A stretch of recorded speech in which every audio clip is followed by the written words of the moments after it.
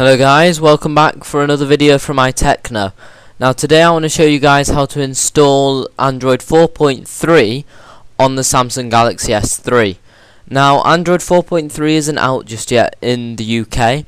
It's out in Ireland, but not just yet in the UK. This is actually the Irish version, but it will install perfectly fine in the UK and in many countries as long as your model is the i9300. If your model's that, it's fine. If it's any of the other models, don't try it because it'll probably mess up your phone. So things you should know before installing this is that really it's going to wipe all your data, and even if it doesn't wipe all your data, I do suggest you wipe it yourself as it will make the ROM run a lot smoother. So obviously first of all, wipe all your data, or you can do it after you've installed the ROM, your choice. So to flash the ROM, first of all go to this website here I'll put this in the description as well so you can quickly get to it. And to download it, you'll see there are prerequisites. There's a download link here, so just click on that download link and you can see you can download it from Hotfile. I'll actually put the link for the Hotfile here just so you can get straight to it and download it. So go ahead, download that. That will give you the firmware. Then once that's downloaded, you're going to want to download a tool called Odin. So as you can see there's Odin 3 version 3.09. The version doesn't really matter too much, they all work fine. I found I'm still using good old version 3. But there you go ahead, download Odin 3. While that's downloading, then once they've both downloaded, you'll be ready to flash. There you go, once your firmware and Odin have downloaded, you're going to want to navigate to Odin. So as you can see, I've already gone to it, but find where you downloaded it and just open it up. Now before you do anything on here, there's two things you'll need to do. Number one is make sure your phone is fully charged, and if you want all your data to be kept backed up, I would say fully charge your phone, because really you want your phone on as much charge as possible before doing this, in case your battery goes flat during it and that can then mess up your whole phone. So do charge your phone decently. My phone isn't fully charged, but I'm confident that it's charged enough. So charge your phone up, and then also you want to put your phone into download mode. So I'll show you now how to put your phone into download mode. Okay, so to put your phone into download mode, first of all you want to unplug it from any charger or anything you've got it plugged into. So just unplug it, and once it's unplugged, simply power off. So as you can see here, if I click then power off, just that one there, and OK. Go, it's shutting down, and wait for it to fully shut down. You can tell when it's fully shut down from the LED. Once that goes off, it's fully shut down.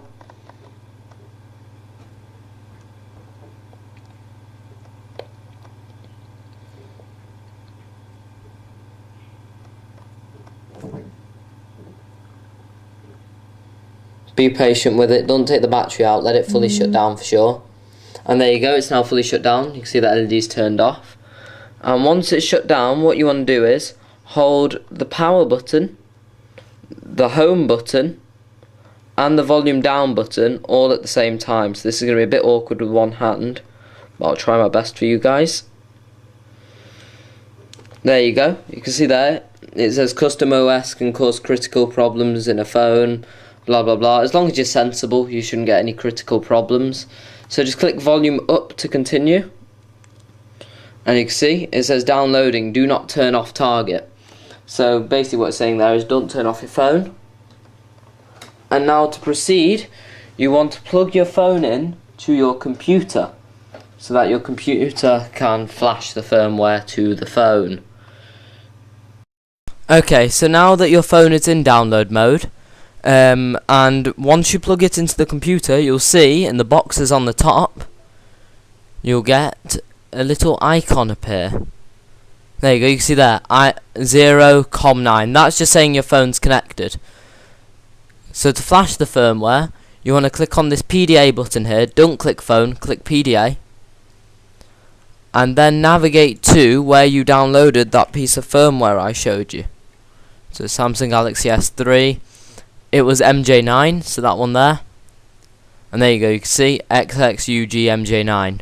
So just open that up in here, and it's just going to quickly check the piece of firmware, just make sure there's no issues with it.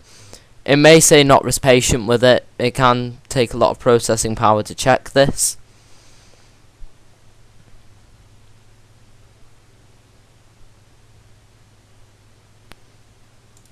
There you go, as you can see, it's now checked the file and it's loaded up in there. Now what you want to do is tick auto reboot and tick F reset time. You don't need to tick anything else unless you know what you're doing. Just, if you don't know what you're doing, don't tick anything else. Only tick auto reboot and F reset time. Double check your phone's plugged in. Make sure you've made a backup, and once all that's done, just go ahead and click start. You see it's now flashing it. You'll be able to see it on your phone, and that is flashing it as well. Make sure you do not move your phone around while this process is going on, as it can cause the phone to become a soft brick, so to speak. So, in other words, your phone will be unusable. So, don't mess around with it, leave it to flash. As you can see there, the firmware is now flashing. You can see, downloading, do not turn off target. And you've even got the bar slowly going across. So it's going to be pretty slow because it is a big firmware file to flash. See, I've done this before from the Yes 8 counts, or whatever it says, 5 counts, sorry, of flashing. Yeah, just be patient with it. Don't move it around because you'll mess it up. And like I said, I'll get back to you once this is done. There you go, guys. As you can see, the installation is now coming to an end. It's pretty close to completing the bar. It should reboot once it's done. There you go. As you can see, the phone's now shutting down and it's rebooting. So far, so good. There you go. Now this is more installing phase, so don't be worried if this pops up on your phone right after rebooting. It's perfectly normal and happens in all cases. This one shouldn't take too long. There you go, that's done. See, it's now going to reboot again.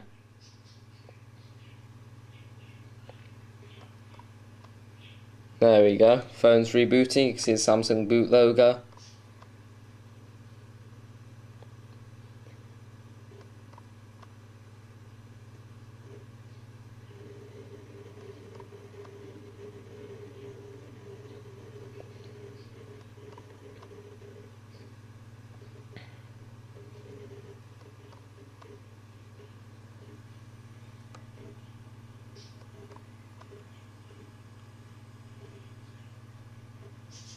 Still booting up. The first boot will take a while. First boot always takes longer than successive boots. It just seems to be the case. Must just be initialization and things like that going on.